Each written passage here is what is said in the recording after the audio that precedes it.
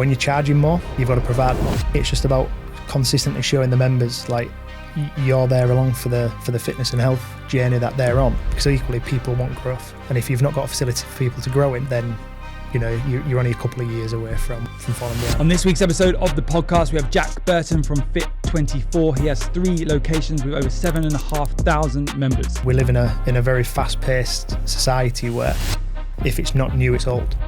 Every time I've got that increase of budget, I'm pumping it. You're only going to attract them if you put the effort in the beginning. We discuss the appetite for risk and why it's important to keep moving forwards. One day, become aware that this place wasn't going to be around. I opened up all 3 sites with no marketing, or marketing is what you would now class as marketing. The importance of innovating and investing in your business to stay one step ahead. I'm trying to do everything, literally spinning every plate, not realising how hard it is to spin every plate. Let's jump into the episode. Jack, welcome to the FMA podcast. If you could just tell everyone name of the business and locations, business model, and then we'll go way back to how you first got started in the industry. Okay, mate. So the gym's called Fit24. We've got operating 2 different areas, 3 sites, one in a place called Seaham, which is just south of Sunderland, and then we have 2 locations in Hull, which is East Yorkshire. And the business model?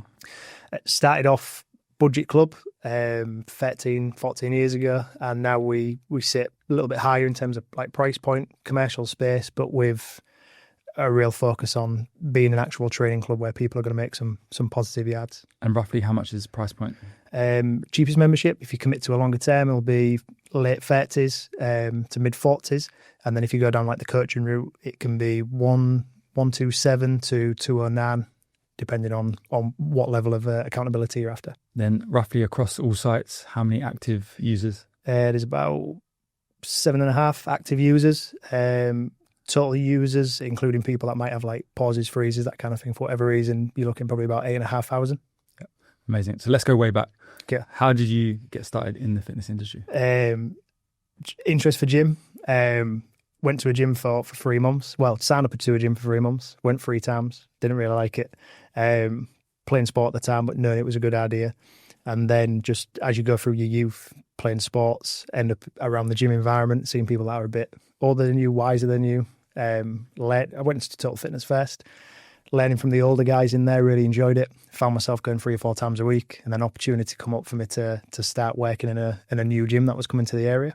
So I started there, involved a little bit like pre-sale wise and onboarding, doing like my first ever gym induction, that kind of thing, qualifying as like a level 2, level 3 gym instructor, personal trainer, learning the ropes if you like, and then opportunity to come up within about 12 to 18 months of that for me to take a space on.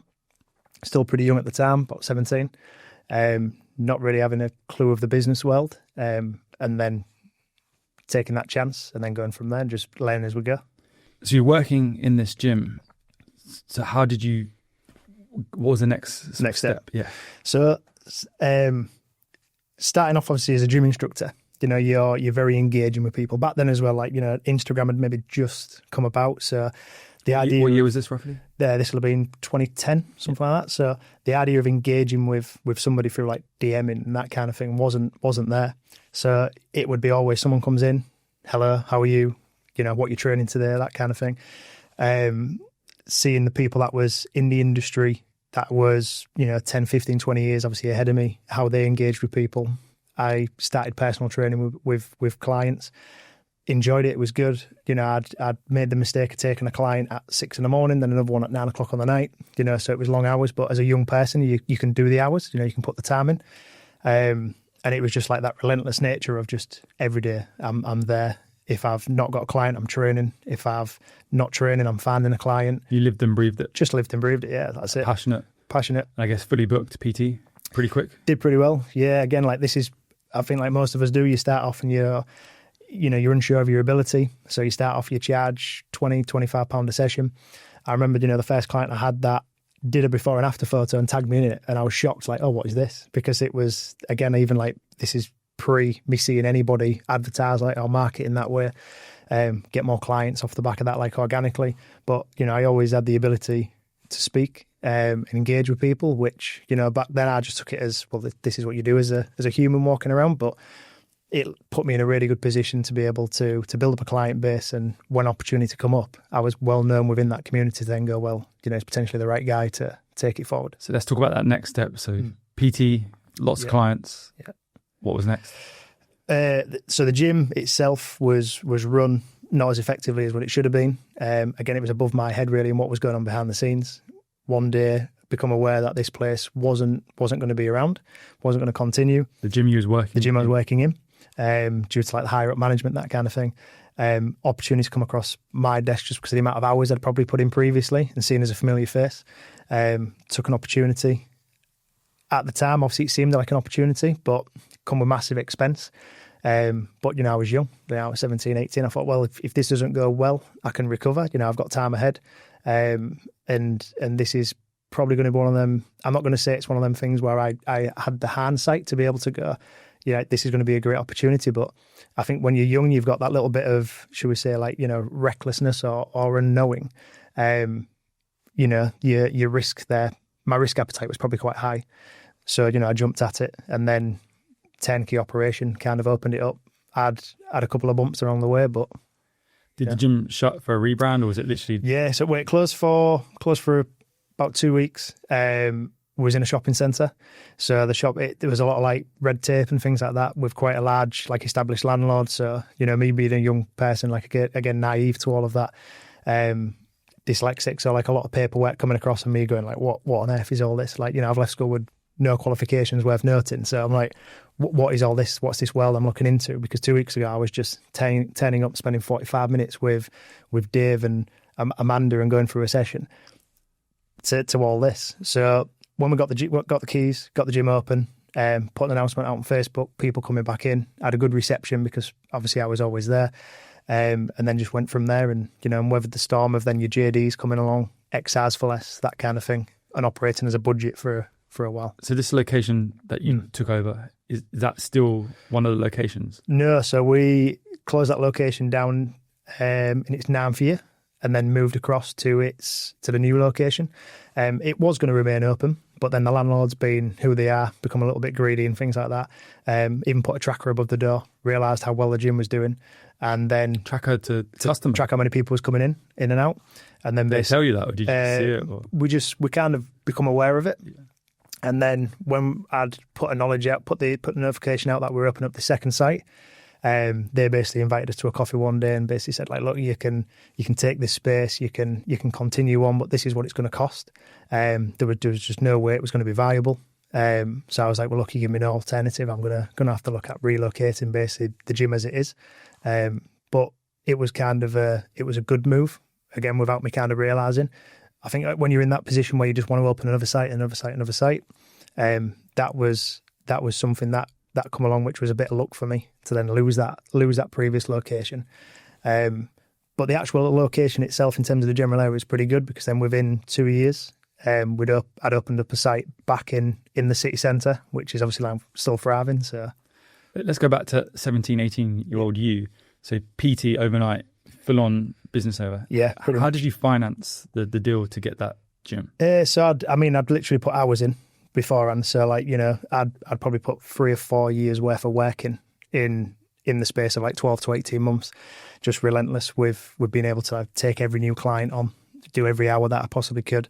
Back then, when you're working with, we worked with Techno Gym right from the very beginning. And it was a case of where I guess, me looking at the cost of that equipment and going, well, it's good equipment, and them then putting you in touch with a company that is going to help you get this and they're going to finance it for you and all that kind of stuff. Again, it was, my appetite for risk was obviously quite high. Went down that route, so financed a little bit, took a risk there, had savings, put that in. Luckily, I've got really good mum and dad support, obviously network, they're around, so they was keen to be involved from a point of just being around the business, helping, that kind of thing. So that was obviously a really good help. Did you take out the old kit and replace with Techno Gym? Yeah, so it was kind of, when I say it was run poorly, previously. So what I hadn't realised is that when was given this opportunity from the landlord, for example, to take over the space, is that none of the kit in the club was owned. So everything was on an operational lease where basically he'd failed previously to keep all of that, repayments, so on. So I'd got the keys, opened it, And basically all the keys was for a space. Next thing you know, like Techno Gym have come along and then gone, right, like this was the situation previously. I'm 17 years old going, well, I want to stay on it, take over. I've still got these members that are paying now, it's fine. They'd then gone, well, it's not us now, it's the company that he'd previously taken this equipment with, and they've basically obviously said, look, the agreement's been breached, so all of this equipment's got to go. So then it was a case of like, first thing was to then look at how much is it then to replenish all this equipment, replace it all. And that was, eye-watering at that time. And the business model was just open gym? Open gym, yeah. So this was back when you had, like PTs and things like that, like just working the gym floor for their own benefit, maybe doing a little bit of rent paid or hours back and things like that. And do you remember how many sort of members, did you lose members in that transition? Did a bunch of members come back? Yeah, so when we opened back up, we opened up to around about 1,000 members, opened back up. It was like a Friday evening. So I remember being sat in Nando's saying like the keys are going to be delivered, because we had Nando's next door, saying the keys are going to be delivered. And I pretty much like finished my meal, got the keys, opened it, sat on reception, turned the lights back on, put a post on Facebook, back open, and then just hoped that people was going to start coming in. And the name, how did that come about? Well, it's previously known as that, but again, it was only operating in one location, like in that whole in the whole area. Luckily enough, like when I went to purchase what the assets was, that was part and parcel like of that, and I thought, well, it's a good name. It's not known out there yet. I'd pretty much I helped build it from the beginning, so I was like, well, I've still got belief in that, so I want to continue building it.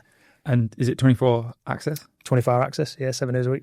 What's the entry into the club? Gated entry, so you've got to we used to have membership cards, but now we've got like QR codes built into like apps on phones and that kind of thing. So how long were you, or before I ask that question, did you completely stop PTing? Like, were you trying to do a mixture of both? Tried to do everything. I went into it thinking to myself, it's great now, I've got a gym. Before you have a gym, you always go, if I had a gym, this is what I would be doing. So I'd found myself in that position, like steering the ship to an extent, not realising how many leaky holes there was in the ship. But, it was like, I think I'd probably put a message out on social media saying, everybody come back in and start training. The next message was to all my clients saying, sessions are back on tomorrow. So then it was like, I'm trying to do everything, literally spinning every plate.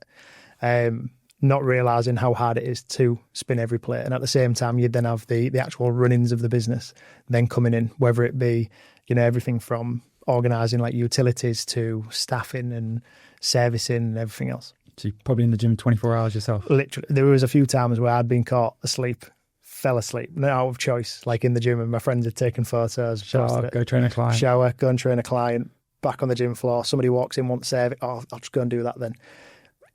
Luckily we had like Tesco's, like I say, Nando's next door. So them guys was really good because they're in the early days, it just made it so convenient for me to stay like on site. How big square foot is this?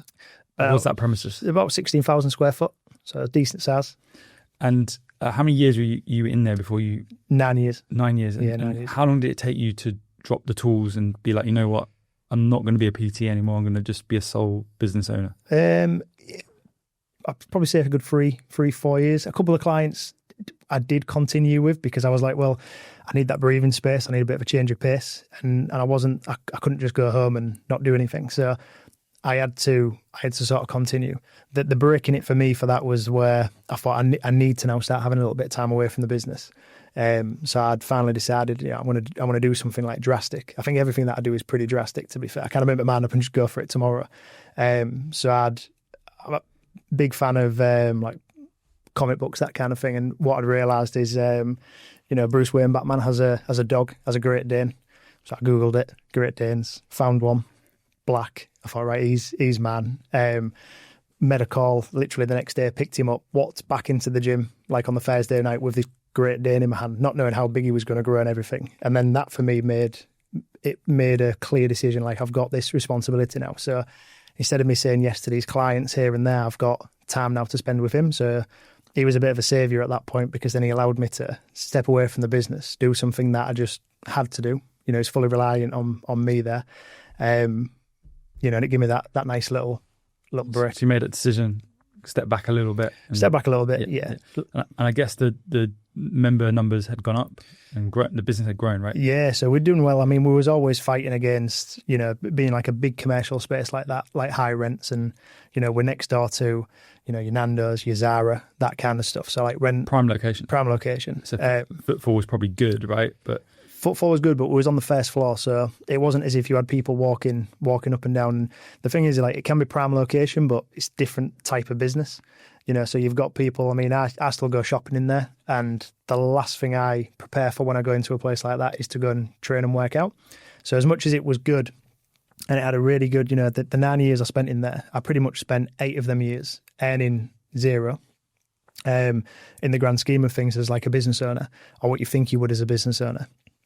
But I the actual reps that I managed to get in to learn from the mistakes, what went wrong, the survivability of an individual and as a business. If you are prepared to just put the work in, put the hours in, say no to holidays, nights out. I mean, I went 5 years without having a drink just because I just couldn't go away from the business, have this big night out and then not being waste the day the next day.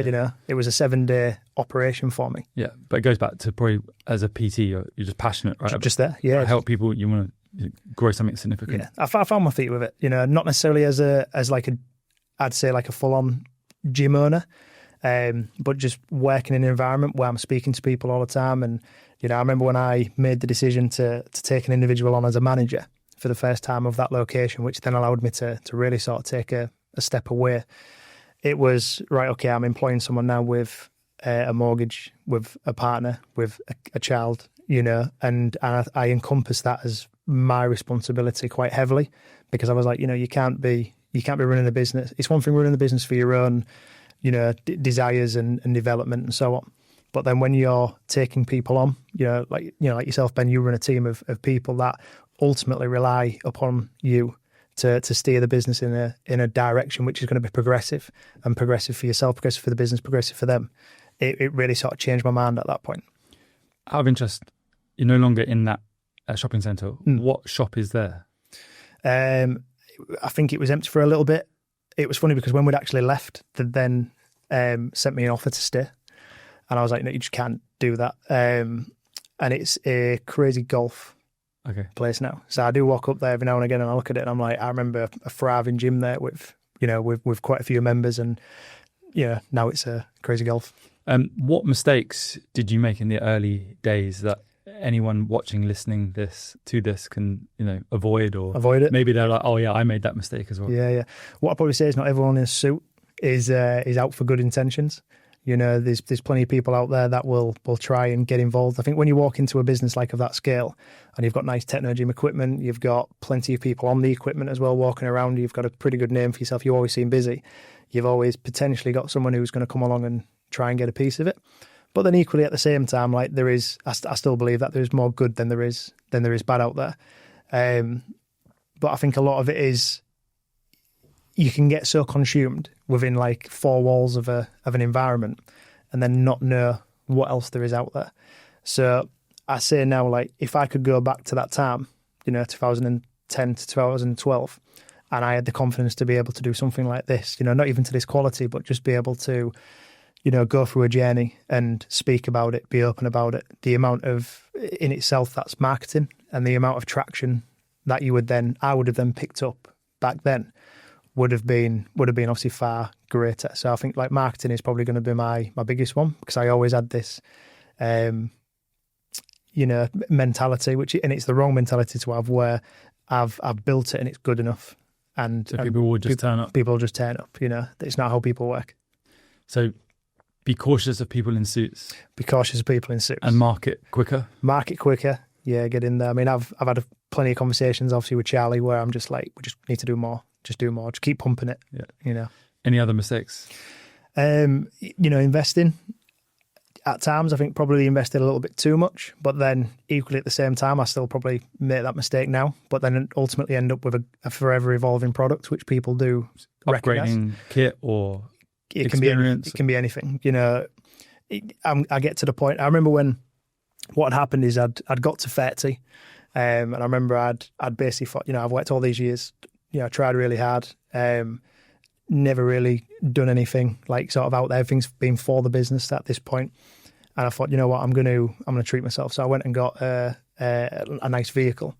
And what I'd realised is when I'd gone into like this vehicle showroom, I'd gone into the toilets changing area, and I'd basically gone, this is nice. And for the first time, I took a step back and thought, I can improve the gym, by doing things like this. But based on the car showroom toilets? Just based on the car showroom toilets. And it was like, right, I'm going to take the hand dryers out. Take the hand dryers out, put Dysons in. Everyone loves Dyson. Everyone takes it as a good brand, a quality brand, and so on. So that was the first thing. Next thing I did was go on the treadmills. And I'm like, these can be improved. So then, built a relationship from that point on with an even better relationship with Techno Gym. We've got a guy called Johnny who I work really well with, worked with him for the last 4 or 5 years now. Opened up obviously full Techno Gym wall-to-wall clubs with him. And it was just a case of where like front to back systematically went from the treadmills not being good enough to bikes not being good enough to the climbs not being good enough, and just replacing things to then even going into the studio and now looking at, well, the back of the gym doesn't match the front of the gym anymore. So now I'm going to turn that around. So now we've got the equipment there. It's then looking at, okay, that wall's not clean, not tidy, could be better. Yeah. And, even go past the point of a lick of paint. Like things like painting stuff's nice, but if it's going to be a wearable area, you've got people walking past it all the time, it's going to wear down pretty quickly. So again, first impressions count. So again, it's looking at like higher cost, but higher quality, more high quality materials, and implementing them into the clubs so that when people are in there, it's a better environment. The thing for me that springs to mind, is it fair to say it's like a 5-star hotel? Is that how you're looking at it? Yeah, trying. I mean, whether it be, you look at like saunas, you look at the equipment, you look at your staffing. I always take inspiration from places that I go. Whether it be, we've just been to Madison's. Looked in there, went into, is it Mika? The Mika, coffee shop next door. Yeah. I'm sat in there having a coffee and I'm like, this is a cool idea. This is good. And while I'm sat having the coffee, you really should be able to action a change. So like in there, just while we're sat having a coffee, I'm like, you know what, this is a great idea. Let's order this. Let's get this in. And before I've even left, there's an improvement there. And it might seem like a for nothing thing, but if you're consistently looking for that 1% change all the time, which is ultimately going to end up in a better product in a year's time, them new members that I mentioned earlier that are then going to choose you in the January are going to sign up, but they equally be retained, because these guys every 3 months are then coming in and going, wow, like that's new. Whether it be new taps in the changing rooms, to new sinks, to new shower heads, just everything is, you've got to be on top of it all the time. I think the takeaway for me here is, it's very easy as a gym owner just to sit back, relax. I built this massive kingdom. That's it now. That's me done. But you're consistently showing up. Yeah, you've got to. I mean, I train in my clubs, So again, if I have time away from the club, I see something which is a great idea, I go back to mine and think that could definitely be improved. Went to Italy in February with Techno Gym, saw new equipment there, saw some upgrades. I'm like, that's great. Saw the new kit coming out, and for me, like how the clubs are kitted now. I mean, we've got more than enough equipment than what you would need, but you're bringing out 2 or 3 new pieces of kit, slightly different variations to the ones that you've got. And if you was looking at it from an accountant's perspective, you'd probably go, well, you don't need to be spending this on this amount of kit. The members you've got probably aren't going to respond to it. It's not going to add another 10% to your membership base or anything like that. But for me, it's just about consistently showing the members like you're there along for the fitness and health journey that they're on, and you're going to support them by bringing different variations in, upgrading the equipment with new pieces as and when they come, and just always showing that willing, because like you said, like you build it, you sit back and you walk away. Well, time doesn't stop. 2 or 3 years down the line, potentially that club's going to become dated. I want to continue on the story, but a quick question. Having been in the industry, you've come across different equipment suppliers and you've looked at different kit. Is your whole club kitted out with Techno Gym? Yes, pretty much. So in the club where I'm based, we've got a piece of kit, for example, like a multi-flight, really good piece of kit. I used one in the gym. I can't remember where I was traveling. Used one in a club, loved it. become a bit of a lazy trainer as I've got a little bit older. So rather than getting the dumbbells to do flies, I'm looking at machines now going, that's really good. So love that.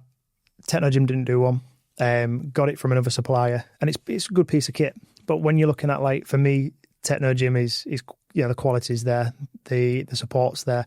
And, and Technogym as a brand, they're always evolving. So it's not just about them delivering like pieces of kit now, which are good. It's also about delivering like the service, the solution, the idea of how you can work with your membership to then a high level, as to where you're not then, again, I go back, 10 years ago, it was a case of where you tried to keep it as clean as you could, as tidy as you could, as maintained as you could, and hopes that members would be happy continuously paying. When you're charging more, you've got to provide more.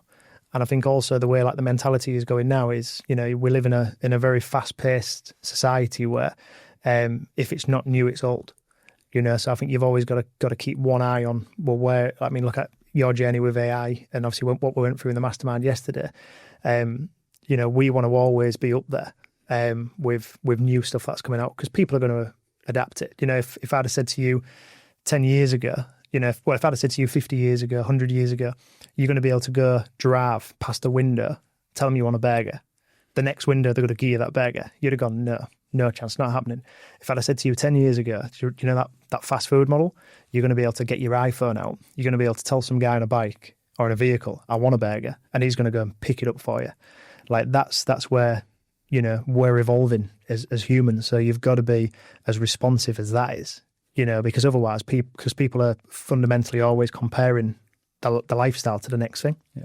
And if you're not doing it as a gym, you're failing. We'll flash up some video footage of the gyms, but to give the listeners and people watching this just an idea, like how much kit are we talking? How many treadmills? How many bike? What different? Let's do cardio first. Yeah. And I know each club's probably different sizes and so on. Yeah, so yeah. Rough, and then let's talk about the strength resistance kit. Okay, so we're looking 20 treadmills, cross trainer wise 8 to 10 bikes. It can be anywhere up to 20 bikes, clams, 4 clams per site. Then you've got your rowers, you've got variations, obviously your bikes as well, if people want recumbent or upright or more specific. So like with Technogym, we've got the ability as well to go like specific into if people want to do like the road simulation stuff. So we've got them in there as well. We offer like live classes 5 times throughout the day with the Technogym solution as well. So you've got them variations of bike in there. You've got the bags if people want to go on the bags and do a few rounds on there. They're available to people as well. And then within the functional spaces we offer, you've got tracks installed at 2 of the clubs. We're going to be installing the track at the third club as well and changing the studio a little bit. But then you've got space. So if people wanted to do a bit more of a functional style training now, they've got the ability to do so. And then resistance, free weights? Pretty much anything in the Technogym catalogue, like we'll look at getting in. Full selection, like your selection line stuff, your pure strength range, dumbbells, 2 sets going up to, in one of the club arm base, that's 70 kilos. Not that many people pick them up, but they're there. Fixed barbells, flat incline, decline bench, 38 cable stations. So pretty much anything that you can think of, like we've got it. And recovery? Sauna, ice baths, steam room, different from location to location, just dependent upon space that we have. Anything I missed? Physio. So we have physio in there, partner with Regen. So they're in 2 of our locations. We're going to be stepping into in the next 4 to 6 weeks, being able to do like on-site blood testing. Because again, like that's something that I think the industry itself from 2010 to now has become something that's very Instagrammable, very fashionable. Your rise of like Gymshark and things like that have really like put the fitness industry at the forefront of lifestyle. But now people are becoming very educated on it as well. So again, what I was saying earlier about keeping up with your audience, you've got people now more than ever that have the ability to train. I mean, we've had people that have come on board with us as PTs, coaches in the past, and then they've gone, well, I've come from, should we say, like a budget club. I've come here to try and develop myself. But what I've realised is your membership base is really well versed in like how to train. Obviously, I've just gone back to them and said, look, that's a you issue, really. You need to be obviously well above where the membership base is all the time. And circles back around to what I said about people being quite eager to find information, and it's literally in the palm of the hand now. So yeah, that's lighting, aircon. Yeah, that's all in. I think when you take on a space which is, as big as that, and where I see a lot of people in the industry kind of lose a little bit is because they go into it with, these interpretations sometimes of like that will maybe do, or they see what somebody else around the corner's done and they just try and like match it, but not really go a lot better. Where for me, if you offer a full offering, again, like when it comes to like the advertising, if you open up a gym, but then you do a really good advertisement, but the advertisement doesn't really match the club, you've got people walking in there that have been drawn in from your marketing, but then potentially not going to stay because of what your product is. So I think before anything, you've got to look at like, what is my intentions of opening?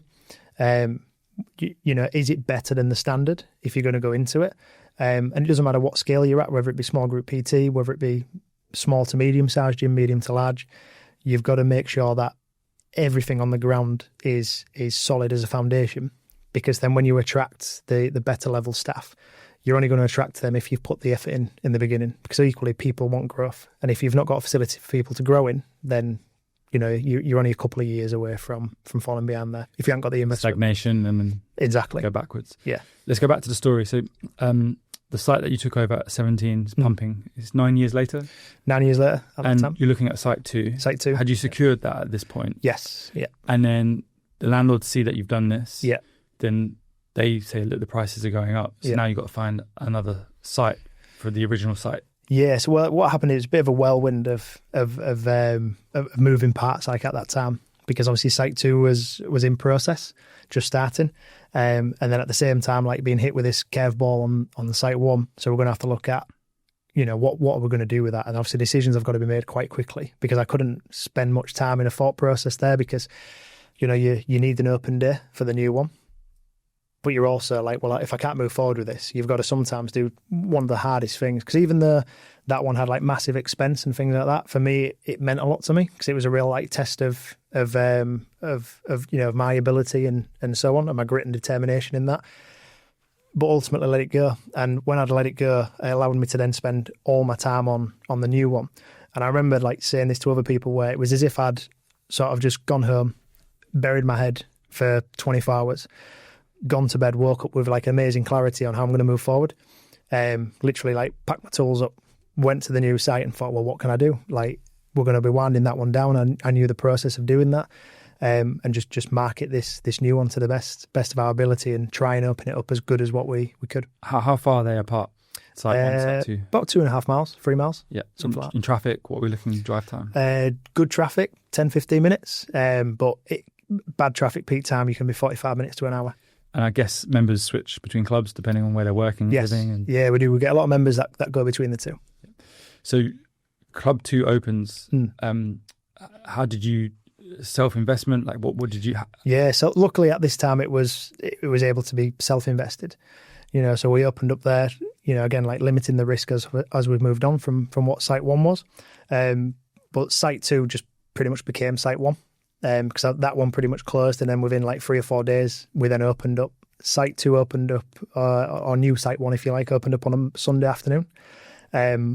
Again, put a message out on social media, we're open now, and we saw all the old members and the pre-sale members come in. We did really well on that. How long were you shut from the shopping centre? About 3 days. 3, okay, cool. So, and everyone knew it was coming? Everyone knew it was coming, yeah. Like at that. Did you lose any members?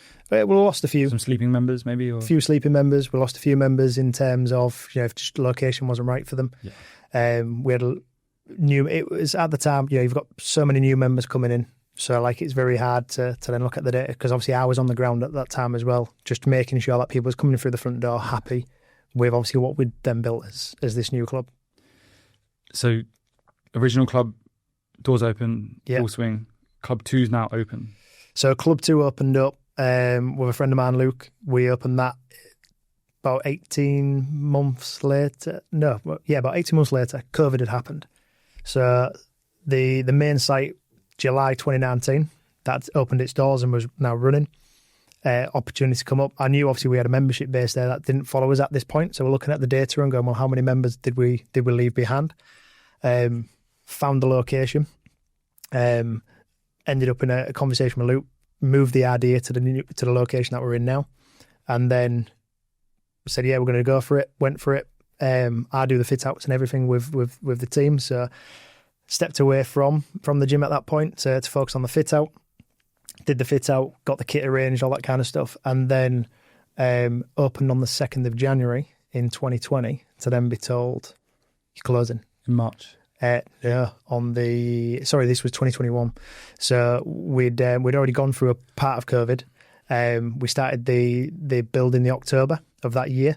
So the current club was like open, closed. And then when we'd opened up on the 2nd of January in 2021, it will have been, I'm then sat there watching the announcement to say you're going back into another lockdown.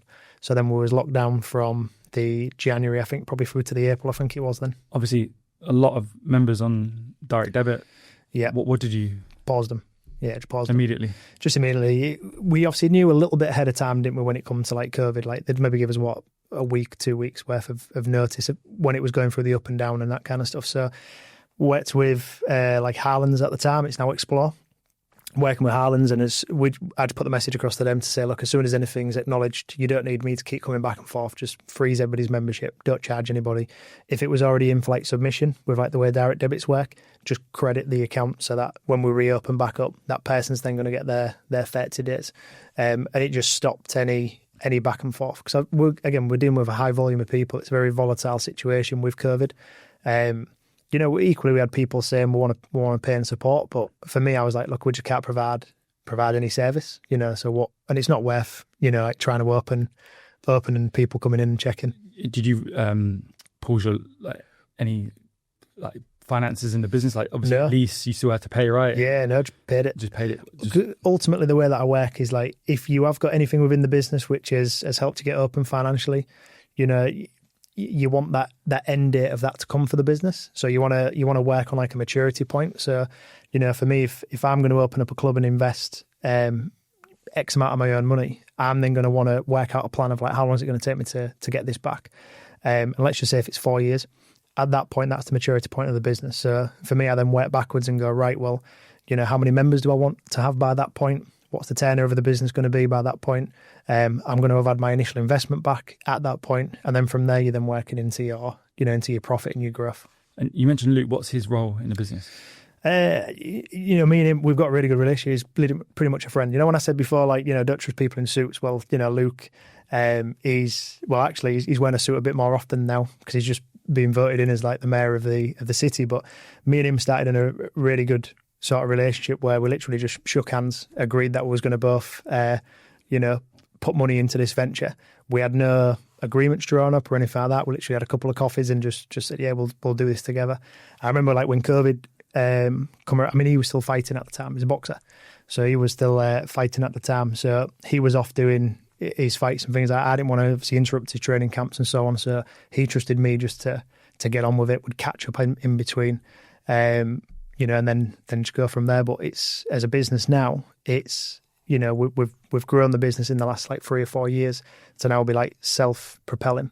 There's a good team. There's about 6 people that work within Fit24 now that manage all aspects of what the clubs are and things like that. Management team, head office. Yes. Yeah. We'll go deep into team in a second. Okay. So I want to continue on this story. Yeah, so COVID finishes, Site 2's pumping. Site 2's going now, yeah, that's What's good. next? It was just, I think at that point it would take a step back, like make sure you get both sites in the area going really well. Attract as many new members to it as you can. Keep turning that screw on the development of the sites as well and making them as Did you have any other competitors come in or low-cost operators, national chains? In Hull you've got JD, you've got 2 Pure Gyms, we've got a David Lloyd, you've got a Village, you've got council clubs. I think you've got 2 free council clubs. You've got a couple of small group operators as well there. So you've got a few clubs in there. But again, this is where it was just, for me, even more valuable to continue investing and showing obviously your client base, what you're meaning to achieve and obviously what journey that they're on. Did you lose members to some of these lower cost providers? Yeah, we do. We always lose a few. I think when anything opens up, if it's more convenient for somebody and you're not massively focused on your training, and I guess like a treadmill is just a treadmill for you, then you're potentially going to go. But then what we're very good at, I think, within the clubs is keeping it clean, keeping it tidy. And traditionally, I think gyms necessarily aren't the cleanest, aren't the tidiest. Even these big operators aren't always the best at being good in that department.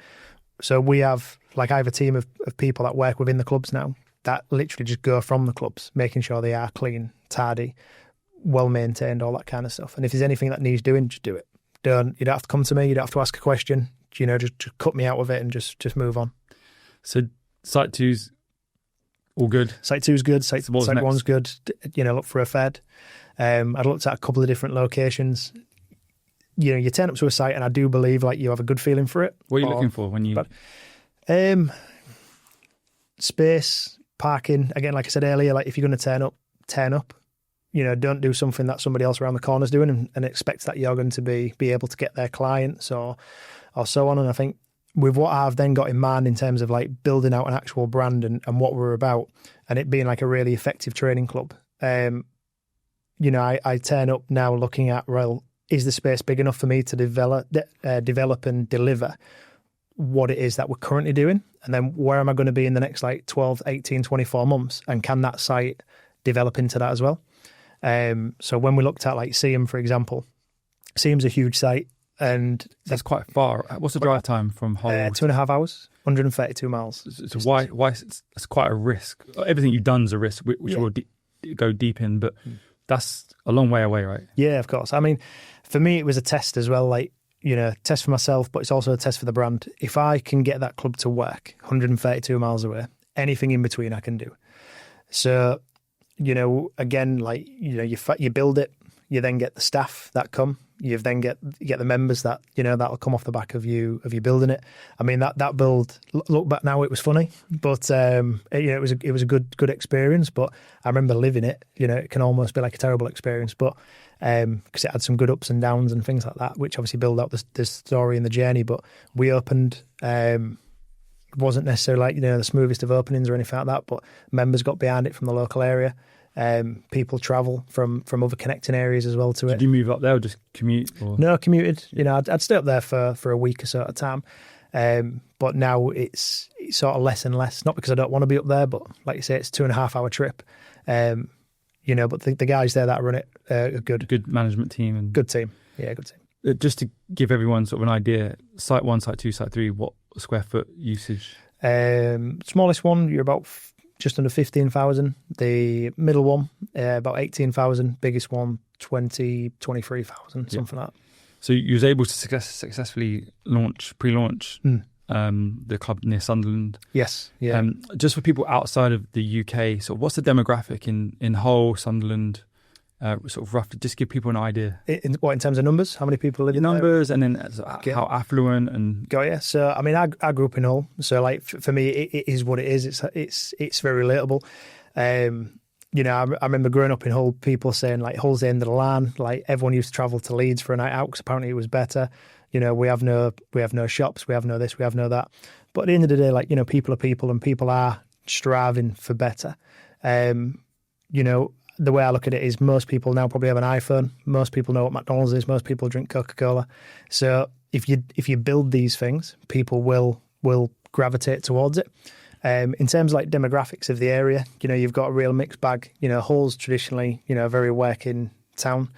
The schooling's not great, but we're big fans of rugby league in Hull. I don't think. Look, there's some really successful people obviously come out of Hull. There's some very successful people in Hull. There's some really good feet. I love it. It's my city, but I think you've got a very sort of fixed mentality of where people seemingly. I think, and it's just the times as well, where it's quite doom and gloom. But the sun comes out and it's different all over. And I think the same we see them when I'm there and I was meeting the people there. They're very, very similar mentality. I don't have a problem going from either of my sites in my hometown to then travelling up and visiting Seaham. The reception is just the same. I can walk into my clubs and nod at people. Don't get me wrong, I think some people probably go, oh, who's that guy over there nodding? But for me, it's just friendly. It's something I've always done, going back to what I said earlier. I sort of have the ability to talk a lot. So I don't have an issue walking down the gym, grabbing Speak to people, anyone. how's things, guys, you know, any issues, let me know, that kind of thing. And obviously the more often that I've then go up there, the more now that people are going, oh, I know that guy said hello last time, and they'll come over, they'll say hello. I've had a few members, you know, have the confidence to message me directly and go, you know, we could do with this. What do you think of this idea? You know, which is nice as well, you know. Yes, yeah. And then, so Club 3, when did that open? It's been open 2 years now. Yeah. So yeah, we opened it 2 years in March it was.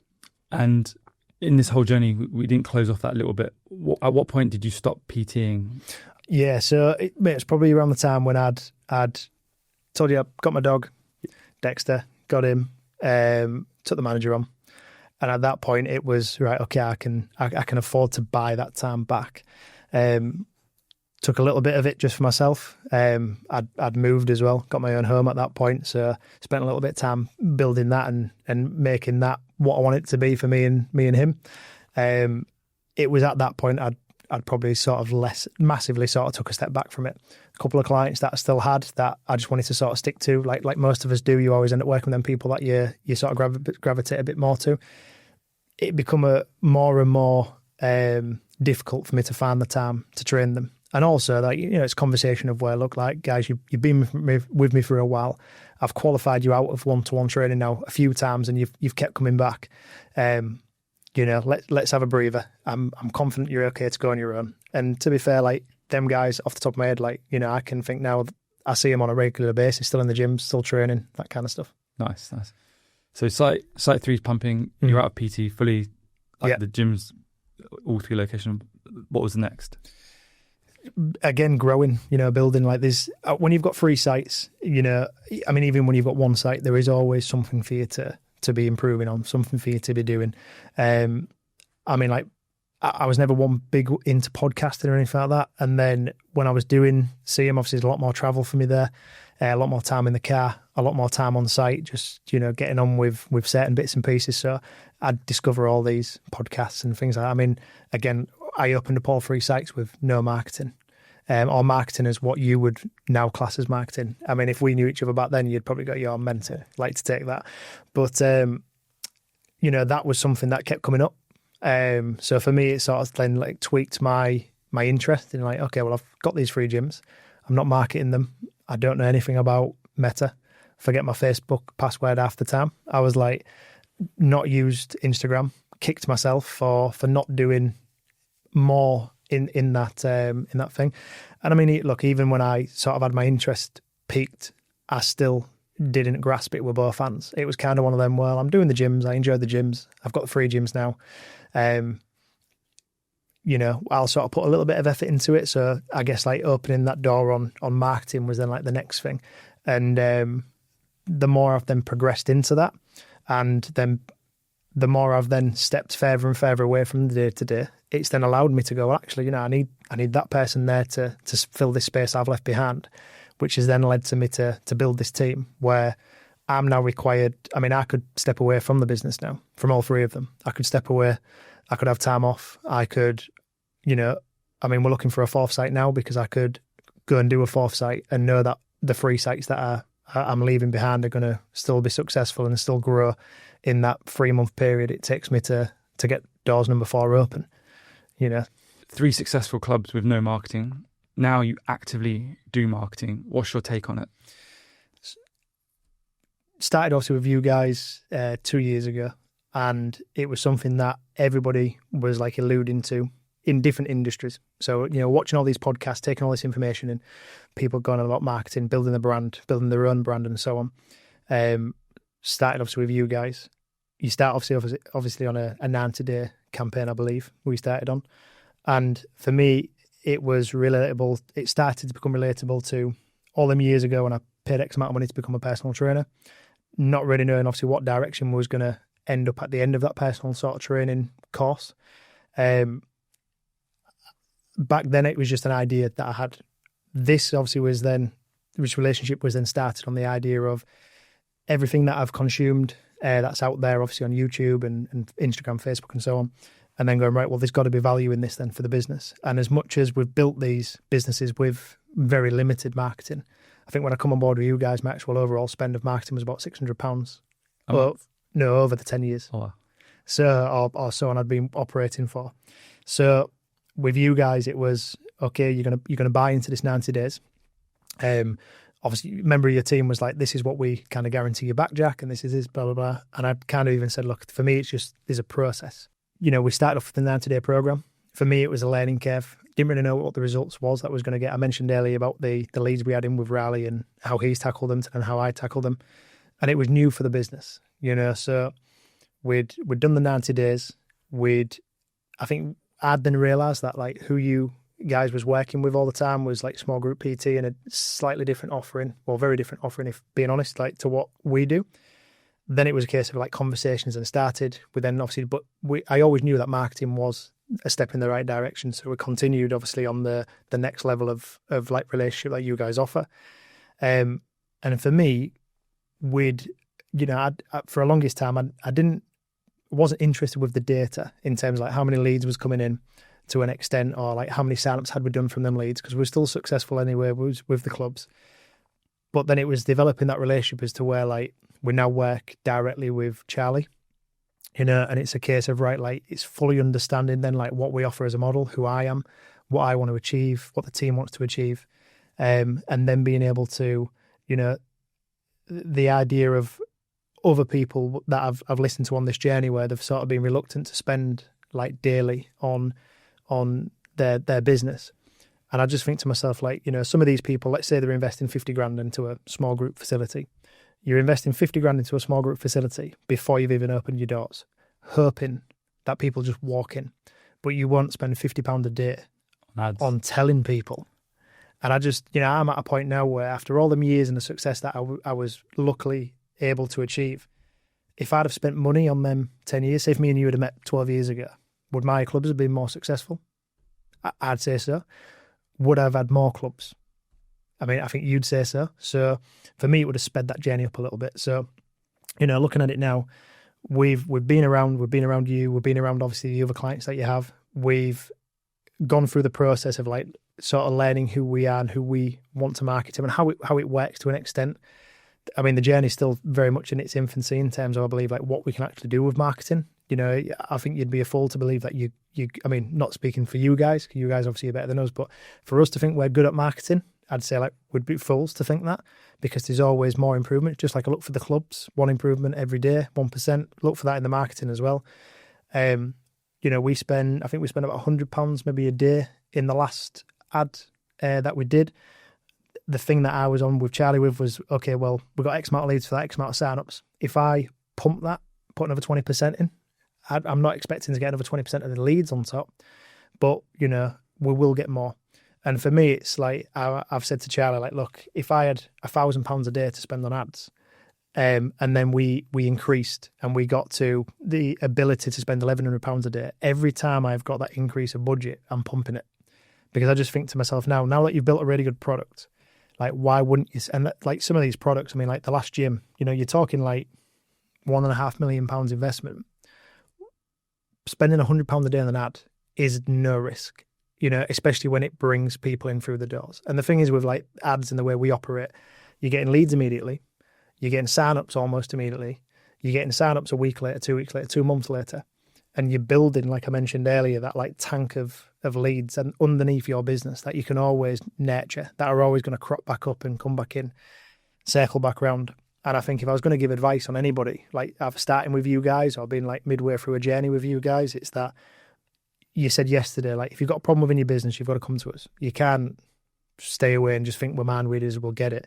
I think a lot of people will probably have an issue or the problem of, well, if I spend this money, how am I going to get a return on it?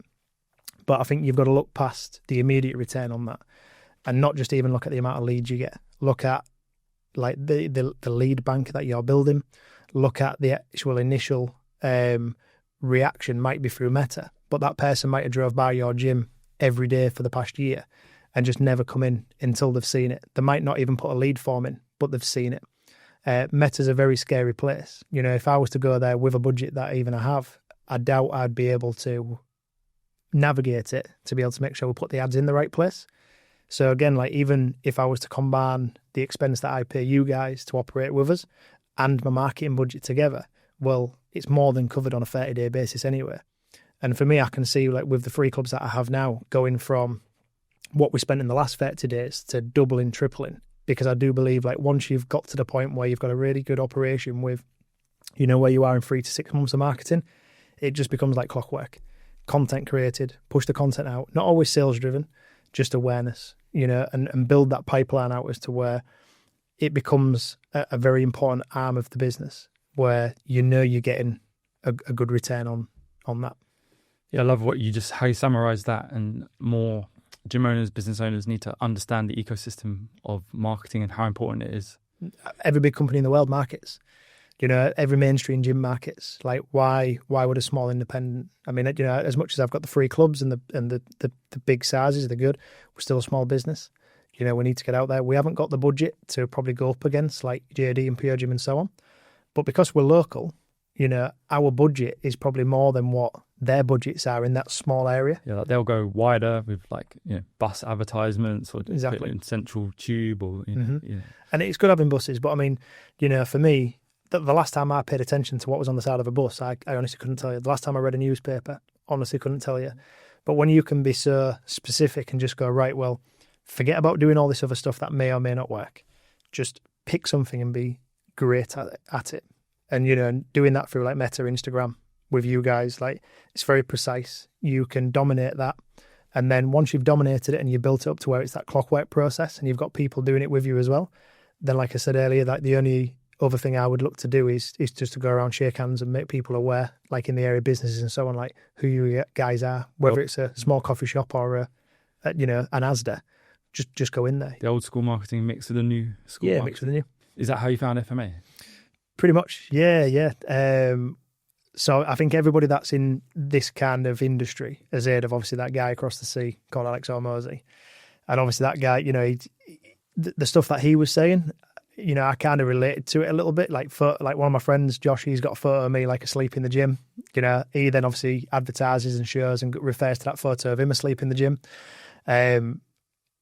You know, so you start to relate to it. I mean, I listen to pretty much every one of his podcasts coming out. Some of them more times than one to try and obviously get the information in.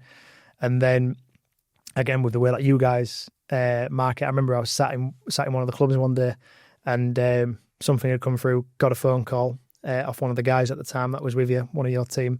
Had the conversation, and I said, "Look, like, you know, you don't have to sell me really." I was like, "I've got 3 clubs. None of them are currently being marketed. I understand this is going to be a bit of a process, so I'd like to know more." I think I then jumped on a Zoom call, Zoom call there after that.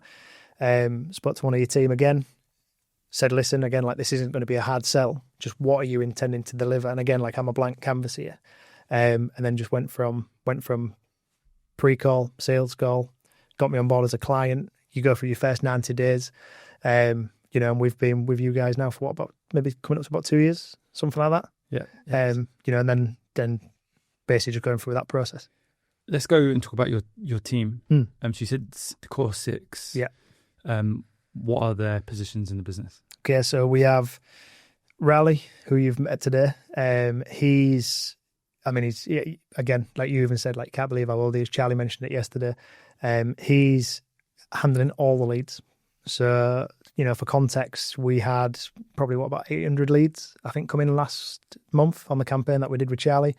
So 800 leads come in. He handles the pipelines. He handles the conversions. He handles the communication. You know, he's just on board with it. Again, he's a young kid where he'll just put the hours in. You know, he loves it. He's relentless with it, which is very hard to find. Passionate about the brand. Like, oh yeah, I only spoke to him for like 5 minutes, and I was like, if this guy was local to me, like, he's on it. Like, yeah, he's very good. I mean, type of caliber of person any business owner would want. You know, like, his mentality as a whole is good, and you know, I don't want to take any credit for it at all, because you know, he's been by my side for a while. You know, we've been with us for, you know, years now. And 5 years. And to say he's been with us for years and he's only 20 years old, you know, he's been around. You know, but he's like a little brother. You know, he annoys me. most of the time. No, I'm only kidding, but he's just on it. Yeah. I can go in, I can go, what you've done. What's his actual job role? Does he have a title? I mean, because I had a conversation an hour ago, and yeah. I think he said he work experience, gym, club manager. Then I think he's done everything, right? Done everything. Yeah. Sometimes he's taken a step back. Sometimes I've said to him, look, this is what I want you to do, and he's kind of gone. His mind right then was like, that's not what I want, because maybe I don't think he knew how valuable it was going to be for the business. I mean, he's been obviously on board with the FMA journey for a while, and I remember let's say we got 100 leads in, one of the first campaigns we ever did. So we got 100 leads in, said, right, Riley, here's the data. I want you to call through them. Obviously at the time, I was listening to what you guys had said. So it was like, make the calls, get people onboarded, try and do like the one call sale, that kind of thing. So he'd gone through these calls, made these calls, come back to me and said, basically the data's no good. Okay, no problem. Anyway, it turned out he'd had like a sick day maybe the day after, something like that, which is very, very rare for him anyway. But anyway, I'm sat there, I'm stood around looking around, what do I do? I'm like, well, here's this data. I'm going to test it. So I then call through this data. And I can be relentless. So I'm just calling through. Anyway, he comes back in the next day and I go, that data? Yeah, you said it was bad. Well, I've signed 19 people up. And you could just see in his face, he was like, oh no, damn, like what's going on here? And I was like, the next day you had off, well, I signed 9 people up. So then all of a sudden this bad data has gone to good data. But that, it was a time of where I was like, this is how valuable it is. Explain to him what our process is, where we're going to get to. I think if I even said to him a year ago, 2 years ago, this is what you're going to be doing in the future, I don't think he'd have believed it. And again, like you're aware of, he's the guy that, you guys have made aware of, like the closed system, how that works. And then I think Charlie and yourself was quite impressed with the pipeline he's then built out. I think a lot of people would be impressed and would learn, a thing or two from the amount of effort he puts in. Further like member journey, prospective client journey, everything like that. So he's in that role. Yep. And then who are the other 5? So you've got Amy, like my partner, she's involved in the brand. She does the coaching. So she pretty much runs that. She's, here, there and everywhere. There's a soundboard, for myself. Obviously lives with me. So she gets everything. Yeah, all the time. She's really good. She operates like in clubs. She works with people. She teaches classes. She's a bit of an all-rounder. She's always there. She's very creative, so she'll do stuff for the ads and things like that. You've got a guy called Jay who's just data-driven. So if there's anything that I need to know about the business, I can just ask him to pull me a report, find this out for me, and he's very quick on it. He's very good. Josh, him and his partner Sophie, they manage CM. But he also is working now with me on building out the brand, and whatever that form that sort of takes. And he also delivers the small group PT stuff up in CM as well. Sophie manages CM, and she's got an overlook as well and involved in part of that core team that then ultimately will make decisions on what we're going to change or what we're going to add. You've got a guy called Rich who works in retention. And also, like, if we have members that are onboarded and, say, for example, have like membership issues and things like that, he handles all of that data. So you've got a good team there of where every part of the business is covered. And then underneath that core 6, who's on the gym floor? So we've got about 45, 50 staff all in all. So all the other guys will work everything from front of house to we've got a girl called Jade for us who works in Hull, who she, again, keeps on top of standards right the way across the board, whether it be, she come on board and she was just cleaning changing rooms, for us previously. And now, like, I've gone through and said, listen, like, it's not just the changing rooms. You need to be on top of everything. Maintenance or? Maintenance, in terms of reporting, things like that. So we have a specific guy who goes around and makes sure that cables work, equipment's in order, all that kind of stuff. If it's not, you're on top of it.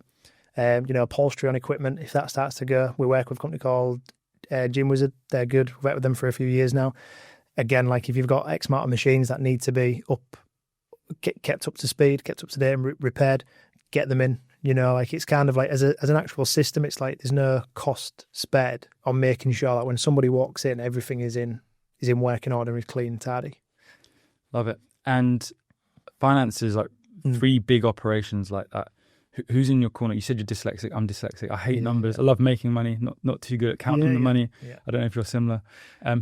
Who's in your corner? I have someone in my corner daily. Okay. Who's supporting you? So Jay will mention who does the data. Yeah. You know, he's very good with an Excel. You know, I probably annoy him a lot because he'll give me something that he understands, and I then ask another question about it again, because I think, like, you know, you'll experience this with being like dyslexic. You kind of have a different way of working sometimes, or sometimes you end up like in such a situation where you've got such a mental block. Data's just not going in, and it can be explained to you just like you'd explain it to an infant, and you're still not understanding it. Maybe because your mind's also somewhere elsewhere, thinking about what you're doing in 6 weeks and where you want to go, and this idea that you had that is just so encompassing. So I'd probably say he's in the corner. Regular meetings, or is it like perhaps daily or what? Daily? Yeah, me and him will speak daily, see each other a couple of times a week, and then we have the monthly meeting where we'll get the full team round, and again we go through the whole day of things that need to be changed, things that are wins, things that aren't wins for us that we could readjust and go again with, and then also like where we've gone from month to month, first quarter, second quarter, all that kind of stuff. As you know, 3 ways to grow a business: get customers, upsell current customers, and retention of customers. Keep them. What are you doing for secondary spend inside of the club? So we have supplement shops, like full supplement shops within the clubs. So if anybody wants anything from, you know, your pre-workouts to anything, a backpack, you know, we sell it. We're expanding on that a lot more now to go into like the branded stuff as well. But again, like there's nothing that, I understand Amazon's great, things like that, like direct to consumer is great, but when you're busy, you're working, you're moving around, you're not at home. So how are you going to get a 2 kilo tub of protein through your letterbox?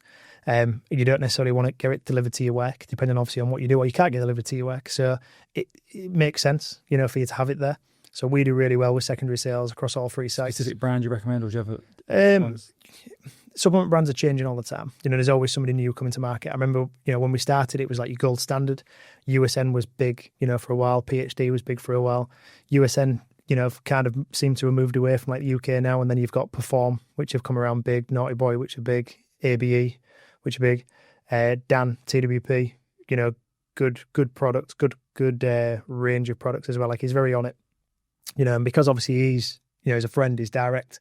So like, you know, anything that he brings out which is new, it's there before. Just explain that relationship just so everyone understands. So Dan, as TWP, he's been going long, I believe longer than I've been going. I met Dan years ago when he'd come in and do sample events, things like that. And again, like, you know, hardworking guy in terms of like hours on the road. Like he would go from one end of the country to the other just to, you know, go meet a guy that has a small supplement shop, and he would sell the guy, you know, let's just say, for example, 4 tubs of pre-workout. And, you know, the expense and the money of that not even going to cover his fuel. But for him, it was like, I'm just going to put the hours in, you know, and be relentless with it. And what's his company name? TWP. You know, I think it's good. You know, he's got a really good range there. But again, it's built on the back of, you know, him putting the hours in. And again, like he's built the brand on seeing people, being with people, not just being a brand that people sit above and no one really knows about. Shake hands, network. Yeah, exactly. Okay. So you've got supplements, you've got merchandise. What else? Secondary spend. So we're going into the coaching a little bit more now. So we do like small group PT, like up in Seaham, because we've got the space to be able to do so, and then the coaching side of it. So that's another element of the business. So if I was to give you like a bit of a breakdown of what the business is, the current members that are paying are like the heart of the business. At the top of the business, you've then got your leads. So, you know, that'll be where you guys sit for us, and obviously bringing people in through the funnel. And then to the right of the business, you've then got supplement sales, secondary sales. To the left of the business, you've got your coaching. And then underneath that business, you've then got, you know, your physiotherapy, you know, going into like the health blood work testing that's going to be added to the business in the next 6 to 8 weeks.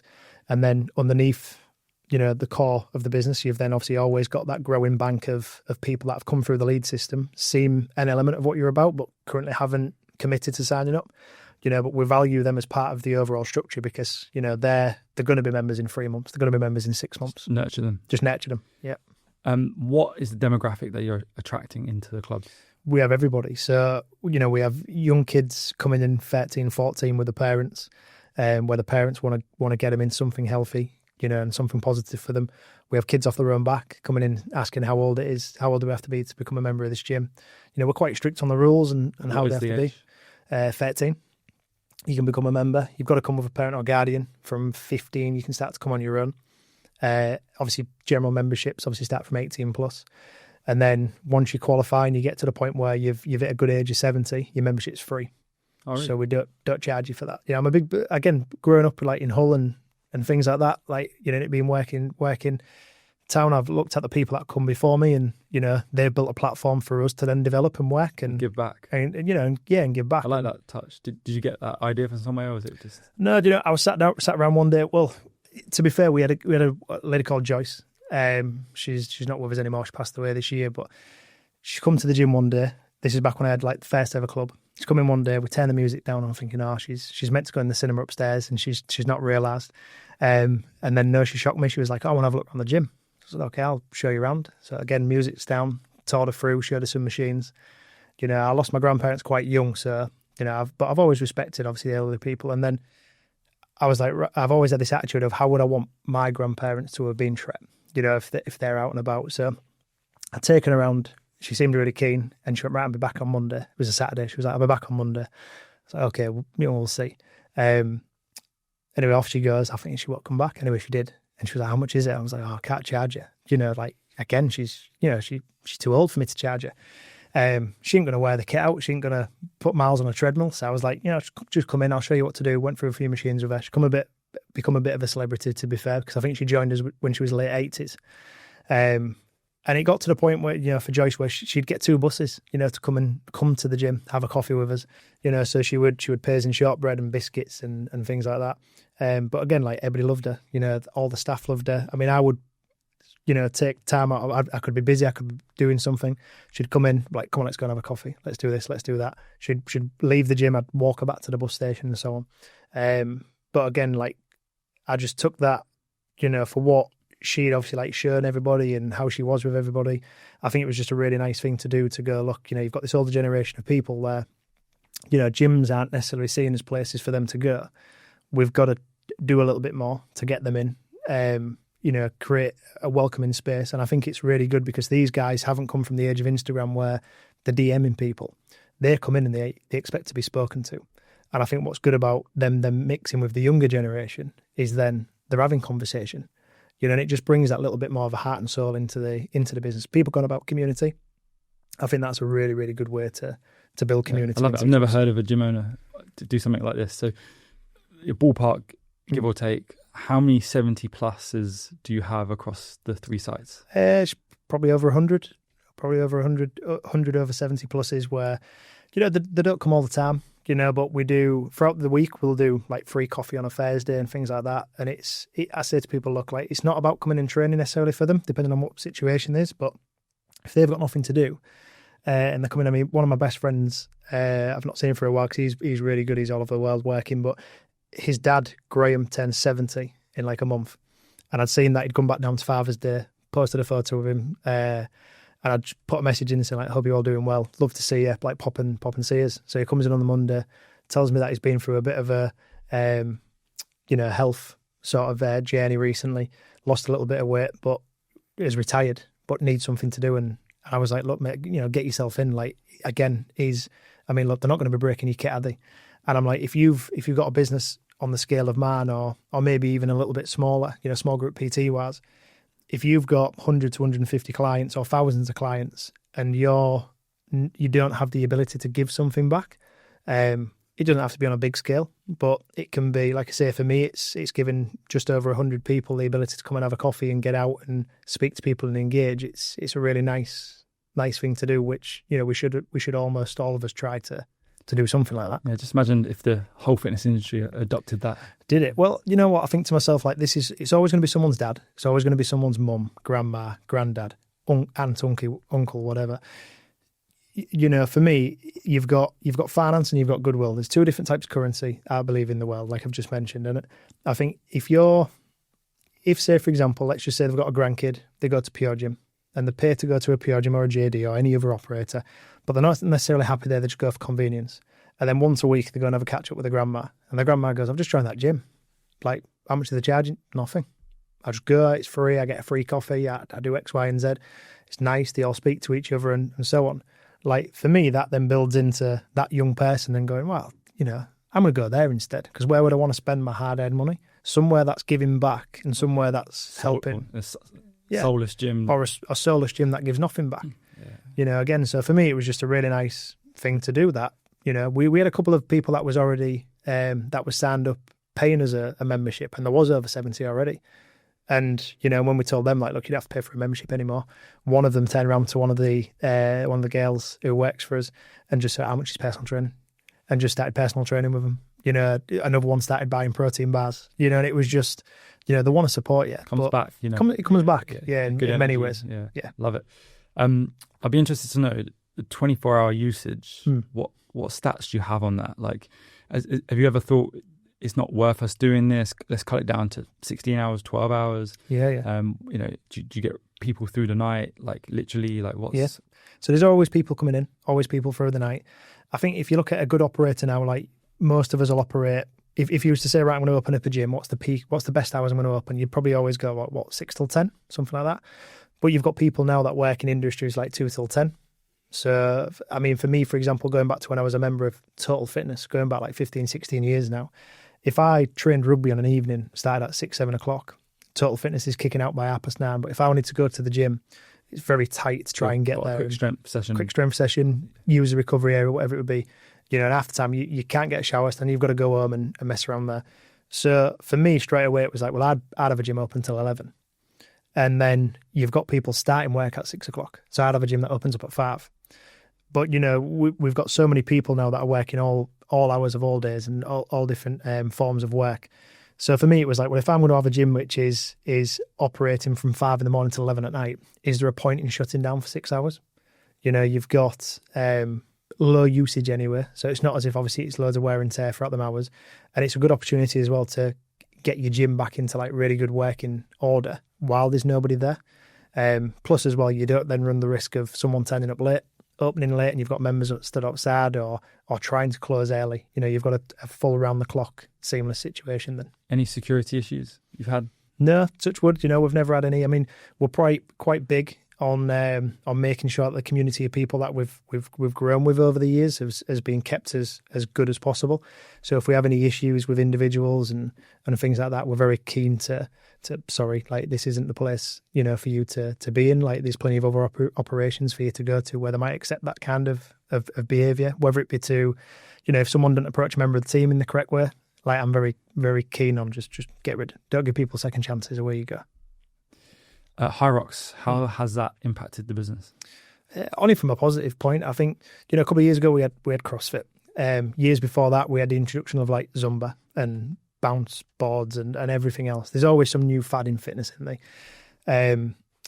I think High Rocks is positive. I think there's some really, I mean, me personally, look, I've never done a High Rocks. I don't think it's something that's on my radar to do, but I think it's a really good community sort of base, which is running built. High Rock Sims in the gym? Or? Yeah, so Josh and Jack, they do High Rocks all the time, so they love it. They've probably done 12 in the last, And they're on the team, the 6 that you named, right? Yeah, they're on the team. Yeah. Well, Jack works in CM solely, but Josh is on the team, the core team. So them guys, they do it as a passion. They love it. They're just after that next best time that they can possibly get. But if they turn up and just have a good day, it's great for them. But they've also got people now that train with them, specifically for doing like a High Rocks. And then, again, like these people they'll go on the same day, they're competing the same day. It's all about like, it doesn't matter like for clients to try and compete with them. It's a case of self-accomplishment. You've done it, and now we're going to try and train for you to get a better time and so on. So it's a positive, I think, for the industry. What does a day in a life, like a random Wednesday? So again, like in the idea of taking time back, and me being a bit more nocturnal than the next person, I don't go to bed till late. So I'll get up, 8, 9 o'clock, and I smile at that because sometimes it's not 8 and 9 o'clock. Sometimes it can be a little bit later. I mentioned Dexter earlier. Like, unfortunately, I lost him last year, but I'd got another dog along the way, Marley. So I've got her now. She's 6. So I make sure I spend some time with her because there was a lot of time that I lost with Dexter because of the business. And luckily before he left us, I started giving him a lot more time anyway. So what I'd made the decision is going like, there's no point in me going in at 8 o'clock. People aren't getting to work and they aren't sending emails until 9:30, 10. So I was like, why am I rushing to get here? So I take the morning to myself most times. I'm available on the phone if people want to speak. A lot of people that I work with now in the industry have become friends and things like that. So it's never the case of where like things are work calls most often than not. So I'm happy to take them in the morning, spend the morning with the dogs, have coffee, have my breakfast with Amy, that kind of thing. I'll live a really rich life like in that way.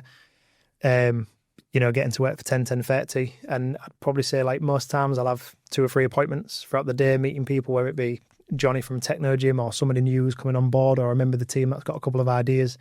I'm always available, for the team as well. So I'm always around if people need anything or I've got any questions, which is really good. Gets to 5:30, I'll train, and then I like to train like over peak time because you see people. Get to 6:30, 7, and that's pretty much me done for the day.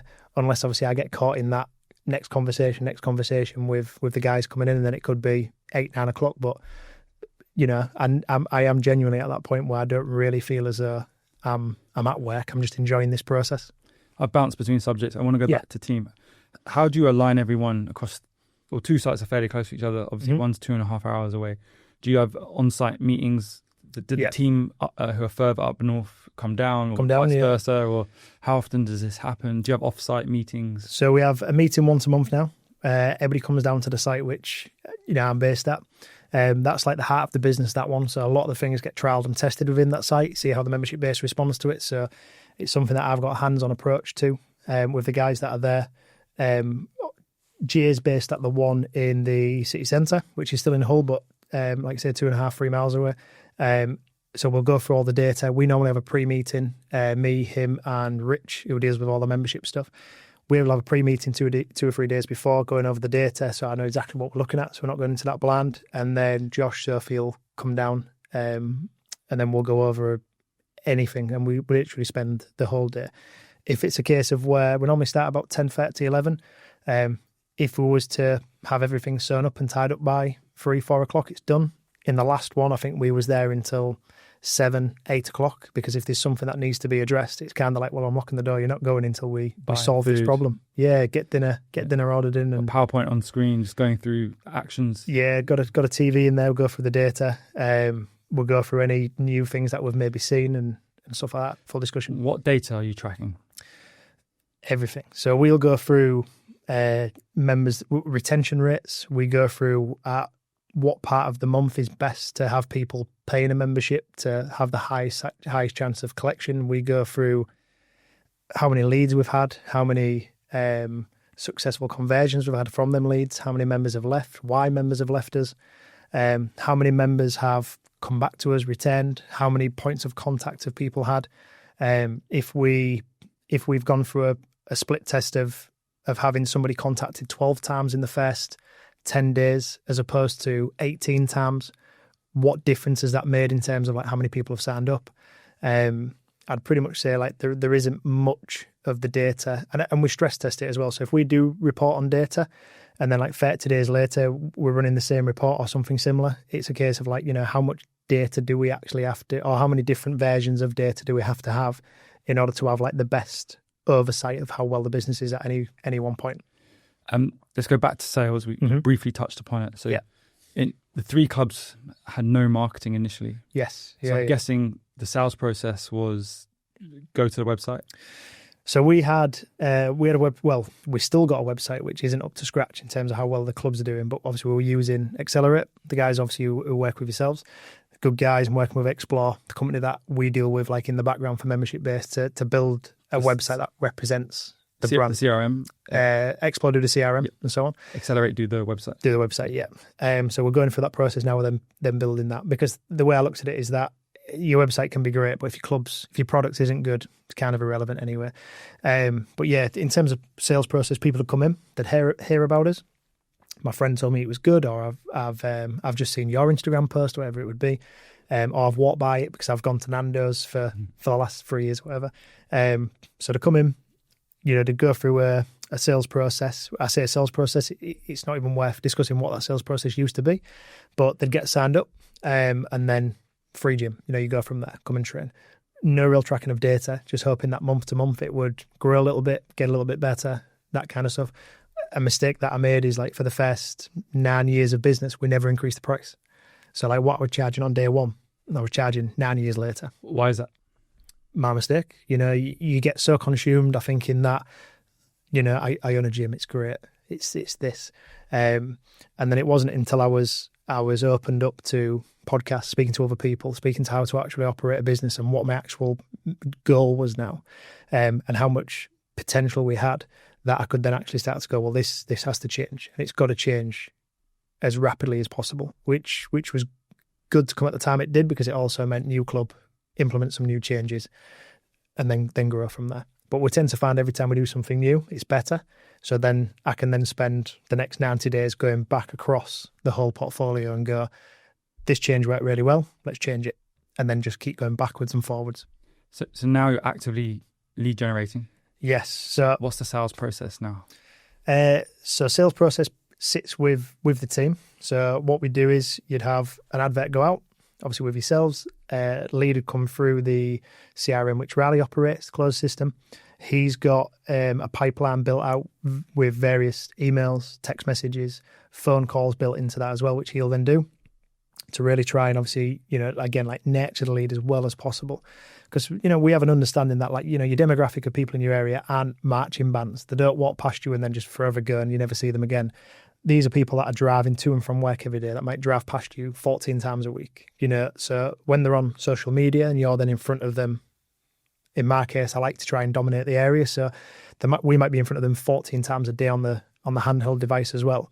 Just to give context, yeah.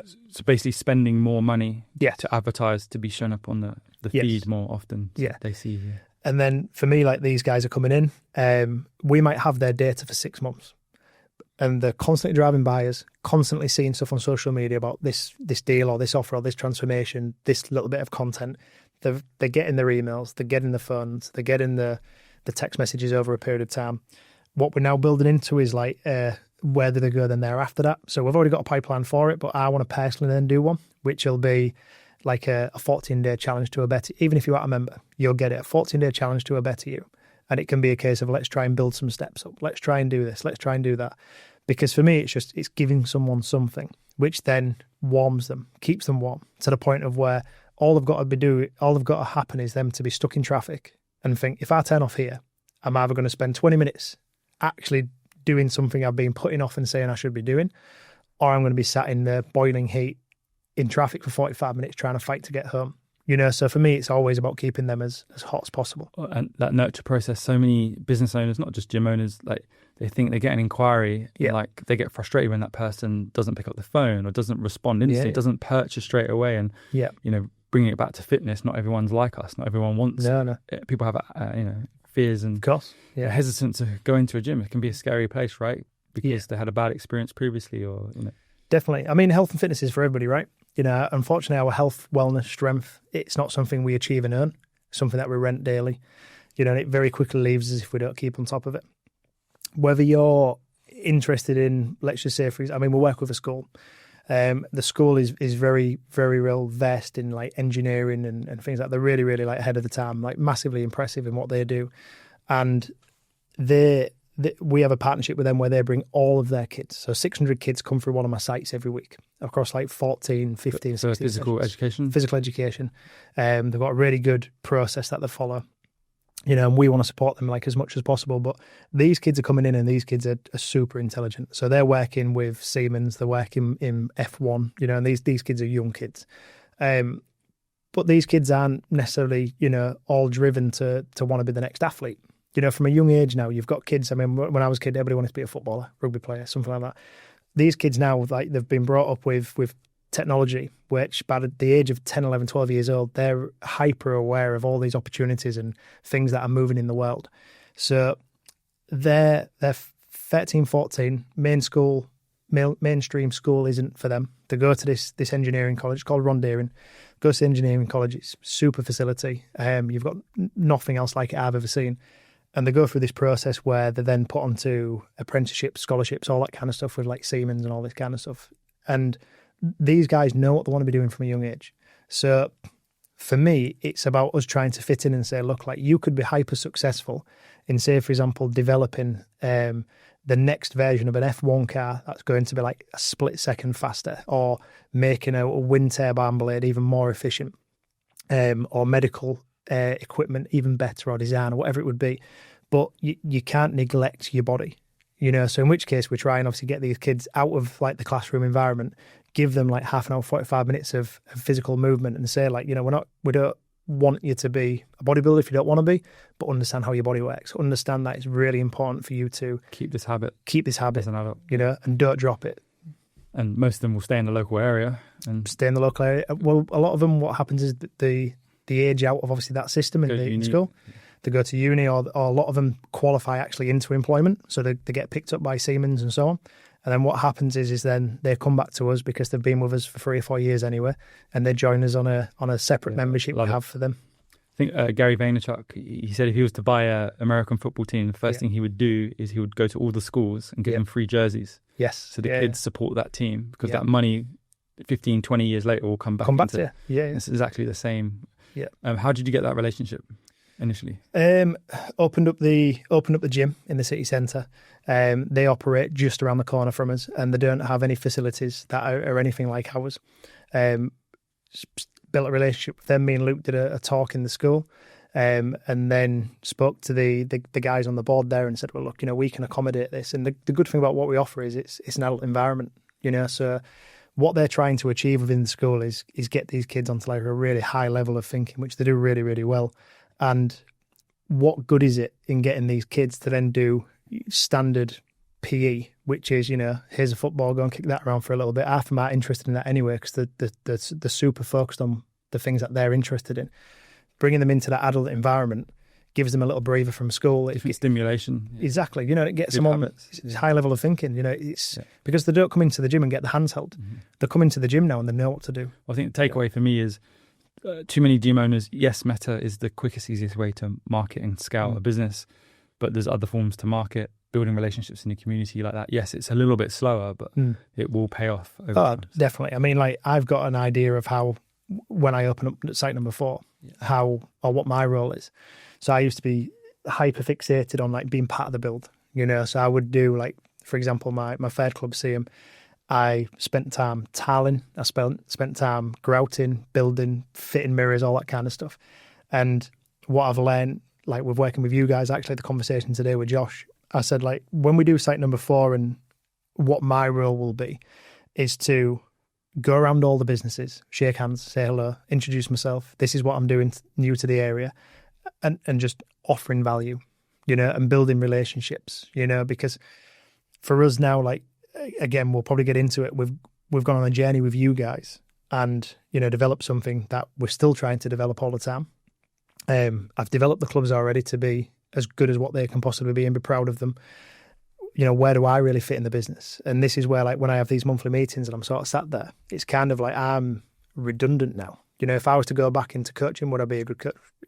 Who knows? It might be good for a while, but for me, I tend to find my best use of time is just to work a little bit on something, see what we're doing. Can I improve it any way? If I can't improve upon it, I'm not going to bring a new idea to it because I'm just going to disrupt it.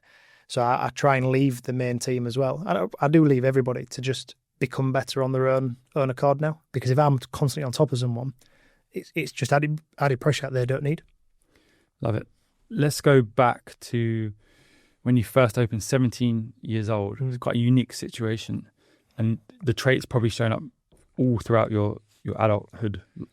Let's just talk like the risk, the entrepreneurship. Where's that come from? Good parents, that kind of thing. I mean, for me, I'll give you an example of, like, I went to college to, at one point, didn't know what I was going to do. No good grades in school, like no iPhone, so no awareness of like what's out there in the world. So literally my world was consumed from where I played rugby to my school to my home. That was it. And I think when I, sort of found myself at college, met a few new people, thought, right, well, it's sport. It's BTEC sport, I think I went from, realised that sometimes like these people in these positions of education aren't necessarily like, the best. They just turn up to work. It's a job to them. Sort of thought, well, teaching it for me, like I couldn't imagine myself going into like the mainstream schools and teaching PE because I don't necessarily didn't enjoy it as much. Didn't think it was great, beneficial for everybody. I mean, my school was good because it was a rugby school kind of thing, but there was no 40-year plan there for me. But one day what happened is in college, I remember I'd come back from dinner and I'd seen some guy like stealing my bike, and I could have let him go off with it, but I didn't. I chased him like all the way down. We have the Annaby Road in Hull. It's quite a long road. And luckily I had the fitness to be able to chase this guy, you know, all the way down the road. Like nothing was stopping me. I was going to keep going until he stopped. And in my mind, I just thought, well, I will not give in. You'll give in before I give in. Anyway, you know, caught that up. And I think for me, it was just that mentality of I would just train. I would just keep going. I would just keep moving, keep going. Didn't matter how hard it was, get on with it. You know, talk yesterday. One of the guys there, his partner, she had a motto, didn't she, of just get on with it, I believe. So for me, like, you know, resonated a little bit with that, because no one's come into, you know, to help me out at that point. You know, I grew up on Annaby Road, like Boothry Estate in Hull, which I think if somebody had said to me, like, all them years ago leaving school, this is what you're going to achieve in 15 years, teachers wouldn't have believed it. I wouldn't have believed it. But, you know, this mentality of being able to do just one foot in front of the other all the time. And other people will be able to relate to this, where it's just constant, just do the ads, do the reps. And, you know, sometimes, yeah, you do get a bit of a knockback, but I think if you've got that mentality just drilled into you, it doesn't matter how old you are, you end up just with such like a high level of like sort of stoicism. You just, nothing kind of, you just deflect everything. You just keep going. I think personal responsibility has come up for me when you took personal responsibility for your situation and progressed forwards regardless, because you could have easily just stayed as a PT, and there's nothing wrong with that if that's for you, but you felt like you had a bigger calling, an opportunity, and you seized it, right? So you want more. You know, I think ultimately, like, you know, I do believe as well now, like, I used to, when people didn't want to progress like within the business or didn't want to expand and take more clients on, I used to be sort of like, well, you know, I respect what you've said to me. So they might have said, say, for example, I've got children now, I've got this, I've got that, and I like to do X, Y, and Z. And I would go, okay, like, you know, I respect it. I can't force you to put more hours in or do more work or whatever it would be, but I'll never understand. I'd never understand it. Now, I do believe, though, and I have said, this has always been my dream. I've got an end goal and I want to get to that end goal. And I think because I love the industry, I'll be working in it in some capacity, probably as a gym owner, and then maybe doing other bits and pieces as well that I enjoy. But for me, like, why wouldn't you want to progress? Like, why wouldn't you want to look for that 1%, you know, all the time? I've just spoke to Jerome, obviously, down there. And within like 50 minutes speaking to him, like, was talking about how to progress. And, you know, him going, well, you know, this is a seemingly like a nice product, but in his mind, he's always got something, you know, which obviously, again, like I relate to, I can't train without just looking around and going, this can improve. You know, that can be better. I love that mentality. Thank you for being an awesome FMA client and coming on the podcast and pulling back the curtain of the business. Yeah. Site 4 is on the horizon. Hopefully. Yeah. What's your website, Instagram for the business, Instagram personally, so people can reach out? Yeah, so Fit24 is the Instagram handle. You'll find it. There's a couple of different ones for different sites. Jack W. Burton, I think, is mine. And again, if anybody's got any questions or anything like that, like, you know, it's open. Drop me a message and we'll catch up. We'll link it in the show notes. But Brilliant. Appreciate you coming on. Brilliant, Ben. Thank you for having me. Cheers. Super.